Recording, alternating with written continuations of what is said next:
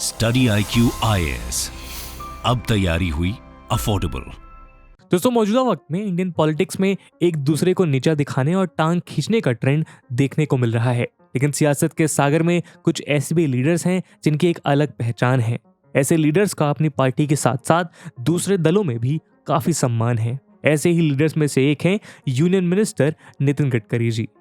नितिन गडकरी ऐसे लीडर हैं जिनकी तारीफ सोनिया गांधी और राहुल गांधी समेत ऑपोजिशन के तमाम लीडर्स कर चुके हैं। नितिन गडकरी अपने काम के साथ साथ अपने बेबाक बयानों के लिए भी जाने जाते हैं।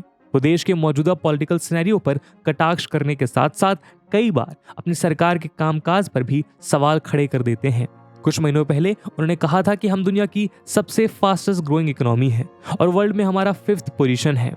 We are rich nation with a poor population. हमारा देश धनवान है लेकिन जनता गरीब है। भुखमरी, बेरोजगारी, गरीबी, महंगाई इससे ग्रस्त है। नितिन गडकरी के इस स्टेटमेंट को जहां कुछ लोगों ने बोल तो कुछ लोगों ने इनडायरेक्टली मोदी गवर्नमेंट के द्वारा देश के इंडस्ट्रियलिस्ट के फेवर में स्टेप लेने और कॉमन पीपल के लिए बेसिक नीड्स को भी फुलफिल नहीं करने वाला बताया, जिसके बाद इस बयान को लेकर वाद विवाद शुरू हो गए। दोस्तों, आज के हमारे इस वीडियो डिस्कशन में हम नितिन गडकरी के बारे में चर्चा करेंगे, जहां हम उनके जीवन से जुड़े सभी पहलुओं को विस्तार में समझने की कोशिश करेंगे। साथ ही हम देश के इंफ्रास्ट्रक्चर डेवलपमेंट में उनकी सक्सेसफुल जर्नी की चर्चा भी करेंगे। लेकिन दोस्तों, आगे बढ़ने से पहले मैं आपको बता दूं कि इस वीडियो की इंपॉर्टेंस यूपीएससी मेंस के GS2 के गवर्नेंस सेक्शन में देखने को मिल सकती है। इसके बारे में हम वीडियो के अंत में और भी बात करेंगे, पर फिलहाल के लिए अपने डिस्कशन को हम आगे बढ़ाते हैं। दोस्तों, स्टडी IQ के last UPSC pre plus mains live foundation batches में एडमिशन आज से बंद हो रहे हैं। उसके बाद आप इस रेवोल्यूशन को ज्वाइन नहीं कर पाएंगे। तो अगर आपने आपके किसी जानने वाले ने यूपीएससी का सपना कभी भी अपनी आंखों में संजोया था तो उस सपने को पूरा करने का ये आखिरी मौका है। इन बैचेस में आपके तैयारी के बेस को स्ट्रांग बनाने के लिए 900+ आवर्स का लाइव कंटेंट मिलेगा। यूपीएससी के आयरन गेट यानी प्रीलिम्स में आपको परिपक्व करने के लिए प्रैक्टिस क्वेश्चंस दिए जाएंगे। मेंस की आंसर राइटिंग प्रैक्टिस होगी और आपके डाउट्स को किसी भी समय क्लियर करने के लिए मिलेगी 1-to-1 मेंटोरशिप, जिसके अंतर्गत आप अपने एकेडमिक और नॉन एकेडमिक डाउट को क्लियर कर सकते हैं। और दोस्तों, ये सब कुछ आपको मिलेगा 18,999 के सुपर डिस्काउंटेड प्राइस पे अगर आप AG live coupon code use करते हैं। लेकिन याद रखिएगा 31 अक्टूबर को इन बैचेस में एडमिशन लेने की लास्ट डेट है। इन बैचेस में क्लासेस की टाइमिंग इवनिंग 6 PM रहेगी। तो अब आप भी AG लाइव कूपन कोड को यूज करिए और इस रेवोल्यूशन का हिस्सा बनिए, क्योंकि अगर अभी नहीं तो फिर कभी नहीं। भारतीय जनता पार्टी के सीनियर लीडर और यूनियन मिनिस्टर नितिन गडकरी आज किसी पहचान के मोहताज नहीं है। उनका नाम देश के पॉलिटिक्स के टॉप फेसेस में होता है। मौजूदा वक्त में Gadkari ji road transport and highway ministry संभाल रहे हैं। आज देश में लग्जूरियस रोड्स, एक्सप्रेसवेज और फ्लाईओवर्स के कंस्ट्रक्शन की रफ्तार उन्हीं की देन है। गडकरी जी को उनके काम की वजह से विकास पुरुष भी कहा जाता है। नितिन गडकरी के मुताबिक देश में कभी भी इंडस्ट्री लगानी हो तो इंडस्ट्रियलिस्ट 4 चीजें पहले देखते हैं। ये 4 चीजें हैं वाटर, इलेक्ट्रिसिटी, कम्युनिकेशन और रोड। गडकरी जी के मुताबिक किसी रीजन में इंडस्ट्री लगती है तो वहां इन्वेस्टमेंट आता है। इन्वेस्टमेंट आने से एम्प्लॉयमेंट बढ़ती है। ऐसे में एम्प्लॉय के लिए वाटर, इलेक्ट्रिसिटी, कम्युनिकेशन और रोड की व्यवस्था जरूरी हो जाती है। रोड की इंपॉर्टेंस पर Nitin Gadkari US president John Kennedy की लाइंस को हमेशा कोट करते हैं। जॉन कैनेडी का कहना था कि US रिच इसलिए नहीं है क्योंकि US के रोड्स अच्छे हैं, बल्कि US के रोड्स अच्छे हैं इसीलिए US रिच बना है। नितिन गडकरी ने जॉन कैनेडी की लाइंस को अपना मूल मंत्र बना लिया है। इसी साल लोकसभा में डिस्कशन के दौरान गडकरी ने दावा किया था कि 2024 तक देश का रोड इंफ्रास्ट्रक्चर US के बराबर हो जाएगा। रोड कंस्ट्रक्शन को लेकर वो इतने सीरियस हैं कि कई बार वो कॉन्ट्रैक्टर को धमकियां तक दे देते हैं। जब गडकरी महाराष्ट्र गवर्नमेंट में PWD मिनिस्टर थे तब उन्होंने नागपुर में रोड डेवलपमेंट के लिए अपने ससुर के घर पर ही बुलडोजर चलवा दिया था। आपको बता दें कि मुंबई में बांद्रा वर्ली सीलिंग के पीछे नितिन गडकरी का मेन हाथ था। सेंटर में आने के बाद नितिन गडकरी ने अपने महाराष्ट्र वाले तेवर बरकरार रखे और उनकी रजीम में रोड कंस्ट्रक्शन की रफ्तार काफी तेज हुई है। मीडिया रिपोर्ट्स के मुताबिक 2014 तक इंडिया में हाईवे कंस्ट्रक्शन की रफ्तार 2 किलोमीटर पर डे थी, जो गडकरी के टेन्योर में बढ़कर फर्स्ट ईयर में 16.5 किलोमीटर पर डे और दूसरे साल बढ़कर 21 किलोमीटर पर डे हो गई। वहीं 2020 तक की रफ्तार बढ़कर 36 किलोमीटर हो गई थी। नितिन गडकरी का टारगेट 2023 तक इसे 68 किलोमीटर पर डे पहुंचाने का है। नितिन गडकरी रोड इंफ्रास्ट्रक्चर के अलावा रोड सेफ्टी को लेकर भी कंसर्न रहते हैं। उनकी कोशिशों का नतीजा था कि देश में 2019 में न्यू मोटर व्हीकल एक्ट लागू किया गया, इसके तहत ट्रैफिक रूल्स वायलेशंस पर फाइन्स को बढ़ाकर काफी ज्यादा कर दिया गया है। वहीं ट्रांसपेरेंसी लाने के लिए नितिन गडकरी ने आरटीओ की सर्विस डिजिटाइज कर दी। इसके अलावा उन्होंने सेफ्टी के मद्देनजर कार कंपनीज के लिए 6 एयरबैग मैंडेटरी कर दिए। नितिन गडकरी पेट्रोल में एथेनॉल ब्लेंडिंग, हाइड्रो पावर और सोलर एनर्जी पर भी काफी फोकस्ड हैं। देश में ऐसी टेक्निक को इम्प्लीमेंट करने से पहले वो वर्ल्ड की कई कंट्रीज का दौरा करते हैं और इस टेक्निक को पहले समझते हैं। आज देश भर में इंफ्रास्ट्रक्चर डेवलपमेंट में पब्लिक प्राइवेट पार्टनरशिप यानी पीपीपी की बात होती है, लेकिन आपको बता दें कि इस कॉन्सेप्ट के पीछे गडकरी जी की पर्सन थे। दोस्तों आइए अब नितिन गडकरी जी की लाइफ हिस्ट्री और उनके पॉलिटिकल करियर के बारे में विस्तार से जानते हैं। दोस्तों गडकरी का पूरा नाम नितिन जयराम गडकरी है। उनका जन्म 27 मई 1957 को महाराष्ट्र के नागपुर में एक ब्राह्मण फैमिली में हुआ था।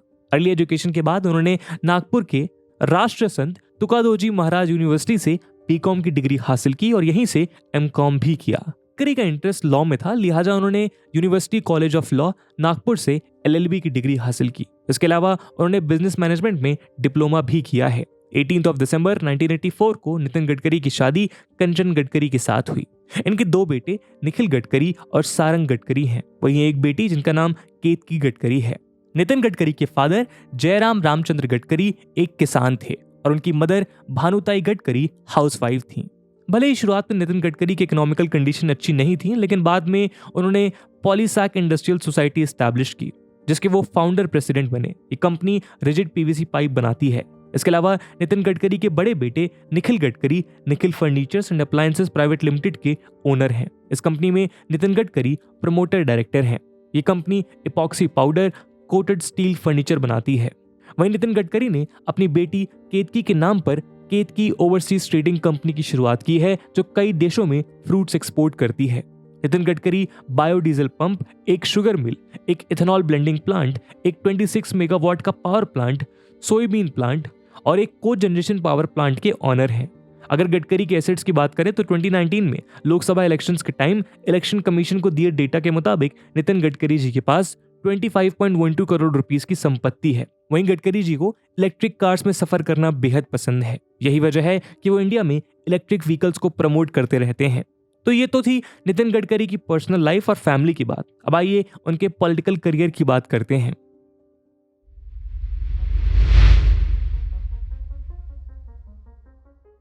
दोस्तों नितिन गडकरी जबरदस्त स्पीकर, एक्टिविस्ट और लीडर हैं। उनका रुझान स्टूडेंट लाइफ से ही पॉलिटिक्स की तरफ हो गया था। वो स्टूडेंट इंटरेस्ट के इश्यूज के लिए वोकल रहे थे। टीन एज से ही वो राष्ट्रीय स्वयंसेवक संघ यानी आरएसएस से जुड़ गए थे।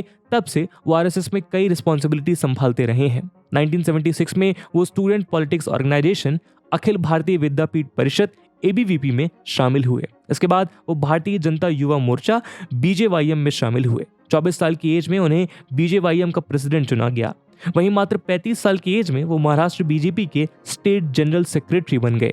1989 में नितिन गडकरी महाराष्ट्र लेजिस्लेटिव काउंसिल के मेंबर बने। तब से लगातार 20 साल तक लेजिस्लेटिव काउंसिल के मेंबर चुने जाते रहे। शिवसेना बीजेपी गवर्नमेंट में वो 1995 से 1999 तक पीडब्ल्यूडी मिनिस्टर रहे। इस दौरान उन्होंने कई इंफ्रास्ट्रक्चर प्रोजेक्ट्स को बखूबी अंजाम दिया और उनकी पहचान केपेबल स्टेट मिनिस्टर के तौर पर होने लगी। उन्होंने तब लोगों से प्रॉमिस किए गए टाइम पीरियड में मुंबई में 55 फ्लाईओवर्स और मुंबई पुणे एक्सप्रेसवे का कंस्ट्रक्शन कराया। इस अचीवमेंट के बाद उन्हें ब्रिज भूषण और फ्लाईओवर मैन कहा जाने लगा। वहीं शिवसेना चीफ बाला साहेब ठाकरे जी उन्हें नितिन रोडकरी कहने लगे। अगली बार महाराष्ट्र में नितिन गडकरी की सरकार नहीं बनी, लेकिन वो लेजिस्लेटिव काउंसिल में लीडर ऑफ ऑपोजिशन बनाए गए। Former prime minister Atal Bihari Vajpayee ने नितिन गडकरी की स्किल्स को पहचानते हुए उन्हें एनडीए की इंफ्रास्ट्रक्चर कमेटी का इंचार्ज बनाया। उन्होंने अटल बिहारी वाजपेयी की ड्रीम गोल्डन क्वाड्रिलेटरल प्रोजेक्ट पर और प्रधानमंत्री ग्राम सड़क योजना को लीड किया। वो 2004 में महाराष्ट्र में बीजेपी के स्टेट प्रेसिडेंट भी चुने गए। उनकी काबिलियत का अंदाजा आप इस बात से लगा सकते हैं कि उस वक्त महाराष्ट्र में प्रमोद महाजन और गोपीनाथ मुंडे जैसे बीजेपी के कद्दावर नेता थे। लेकिन अध्यक्ष पद पर नितिन गडकरी की ताजपोशी हुई। आरएसएस का चहेता होने और सेंटर में भी पार्टी में गहरी पकड़ होने की वजह से नितिन गडकरी बीजेपी के प्रेसिडेंट भी चुने गए। 2009 से 2013 के बीच वो पार्टी प्रेसिडेंट थे। वो बीजेपी के सबसे यूथ प्रेसिडेंट थे। तब पार्टी के भीतर उनकी पकड़ का अंदाजा इसी बात से लगाया जा सकता है कि भारतीय जनता पार्टी ने उनको दोबारा प्रेसिडेंट बनाने के लिए अपना संविधान को बदल दिया था। हालांकि पूर्ति स्कैम में शामिल होने के आरोप की वजह से वो सेकेंड टर्म में बीजेपी प्रेसिडेंट नहीं बन पाए।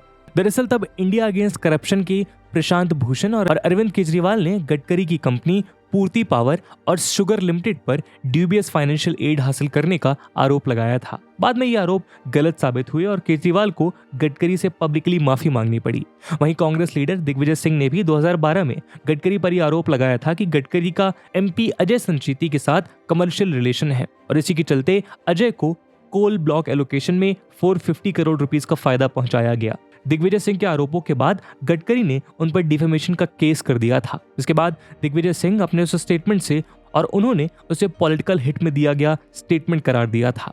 नितिन गडकरी को आरएसएस का भी फेवरेट लीडर माना जाता है। इसकी एक वजह यह है कि आरएसएस का हेडक्वार्टर नागपुर में है और गडकरी भी नागपुर से आते हैं और साथ ही साथ वो एक कुशल लीडर भी हैं। कुछ पॉलिटिकल एक्सपर्ट्स का कहना है कि 2014 में नितिन गडकरी बीजेपी की तरफ से प्राइम मिनिस्टर के फेस की रेस में आगे थे, लेकिन बाद में नरेंद्र मोदी ने उनके एम्बिशन पर पानी फेर दिया था और वो पीएम की रेस में पिछड़ गए थे। इसके बाद 2014 में हुए जनरल इलेक्शन में नितिन गडकरी ने नागपुर लोकसभा सीट से इलेक्शन लड़ा और जीत दर्ज की। इस इलेक्शन में उन्होंने 2.85 लाख वोट्स के इंप्रेसिव मार्जिन से जीत दर्ज की थी। इस जीत के बाद उन्हें मोदी कैबिनेट के मिनिस्टर्स की लिस्ट में शामिल किया गया। आज पॉलिटिकल क्रिटिक के मुताबिक भले ही गडकरी जी को नरेंद्र मोदी गवर्नमेंट में हाई प्रोफाइल मिनिस्ट्री मिली है, लेकिन गडकरी और मोदी के बीच सब कुछ ठीक नहीं है। इस विवाद को समझने के लिए और दोनों नेताओं के रिलेशन को करीब से जानने के लिए हमें वक्त में थोड़ा पीछे जाना होगा। आरएसएस चीफ मोहन भागवत ने 2009 में जब अरुण जेटली, सुषमा स्वराज, वेंकैया नायडू और अनंत कुमार को दरकिनार कर नितिन गडकरी को बीजेपी प्रेसिडेंट बनाया था, तब गडकरी जी को मुबारकबाद देने बीजेपी के सभी चीफ मिनिस्टर्स दिल्ली पहुंचे थे। लेकिन मोदी एक लौते चीफ मिनिस्टर थे जो दिल्ली नहीं पहुंचे थे। इतना ही नहीं, बीजेपी प्रेसिडेंट बनने के बाद नितिन गडकरी एक्टिव पॉलिटिक्स से किनारा कर चुके संजय जोशी को करीब 6 साल बाद बीजेपी में वापस लाए थे, जबकि कुछ लोगों का मानना है कि नरेंद्र मोदी संजय जोशी को पसंद नहीं करते थे। गडकरी ने 2012 में संजय जोशी को उत्तर प्रदेश का इलेक्शन कोऑर्डिनेटर बनाया, जिसके बाद नरेंद्र मोदी उत्तर प्रदेश इलेक्शन में पार्टी के कैंपेन के लिए नहीं गए। इतना ही नहीं, कुछ सूत्रों के मुताबिक 2012 में बीजेपी के मुंबई अधिवेशन से पहले मोदी ने संजय जोशी के पार्टी से इस्तीफे की मांग की थी। अपनी नाराजगी जताने के लिए मोदी जी अहमदाबाद से मुंबई के बजाय उदयपुर पहुंच गए। आखिर में ना चाहते हुए भी गडकरी को संजय जोशी का इस्तीफा लेना पड़ा था। तब नरेंद्र मोदी उस सेशन में शामिल होने के लिए मुंबई पहुंचे थे। हालांकि इन बातों में कितनी सच्चाई है ये कहा नहीं जा सकता, क्योंकि पॉलिटिकल गलियारों में कहानी बनते समय नहीं लगता। राजनीतिक गलियारों में यह भी कहा जाता है कि जब 2014 में सेंटर में बीजेपी की गवर्नमेंट बनी तो गडकरी मिनिस्टर बनने के बजाय महाराष्ट्र का सीएम बनना चाहते थे, लेकिन नरेंद्र मोदी और अमित शाह की जोड़ी ने देवेंद्र फडणवीस को सीएम बनाया, जबकि महाराष्ट्र की पॉलिटिक्स में फडणवीस को गडकरी का जूनियर माना जाता है। नितिन गडकरी कई बार अपने स्टेटमेंट्स की वजह से चर्चा में रहते हैं।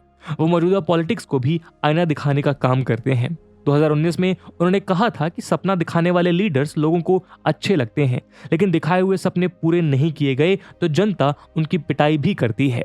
इसलिए सपने वही दिखाएं जो पूरे हो सकें। गडकरी के मुताबिक वो जो बोलते हैं वो 100% डंके की चोट पर पूरा करते हैं।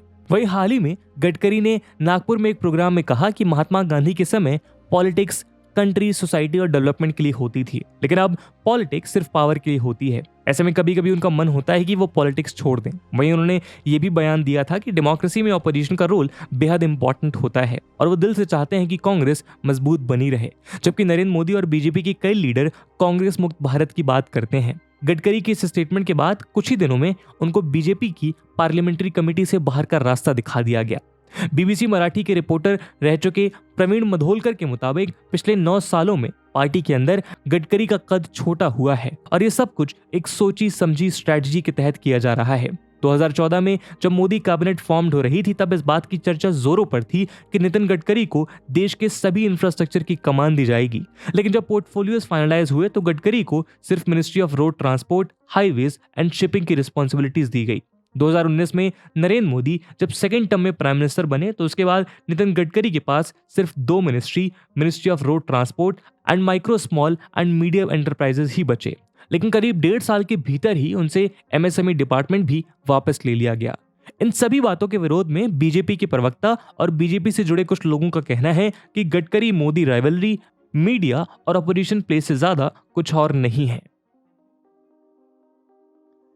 दोस्तों, नितिन गडकरी क्रिएटिव और कंस्ट्रक्टिव लीडर हैं। वो हमेशा देश को आगे बढ़ाने के लिए न्यू आइडियाज और टेक्निक को इंप्लीमेंट करते रहे हैं। रोड्स एंड वाटरवेज के द्वारा ट्रांसपोर्टेशन का उन्होंने एस्टॉनिशिंग ट्रांसफॉर्मेशन किया है। गडकरी खुद वर्ल्ड में यूज होने वाले इनोवेटिव कॉन्सेप्ट की स्टडी करते हैं और उसे इंडिया के इंफ्रास्ट्रक्चर डेवलपमेंट में इंप्लीमेंट करते हैं। किसी भी प्रोजेक्ट में उनका पर्सनल इन्वॉल्वमेंट और प्रोजेक्ट की इन डेप्थ स्टडी प्रोजेक्ट में आने वाले चैलेंजेस को इजीली रिजॉल्व करने में हेल्पफुल होती है। यही वजह है कि ऑपोजिशन में भी पॉपुलर है।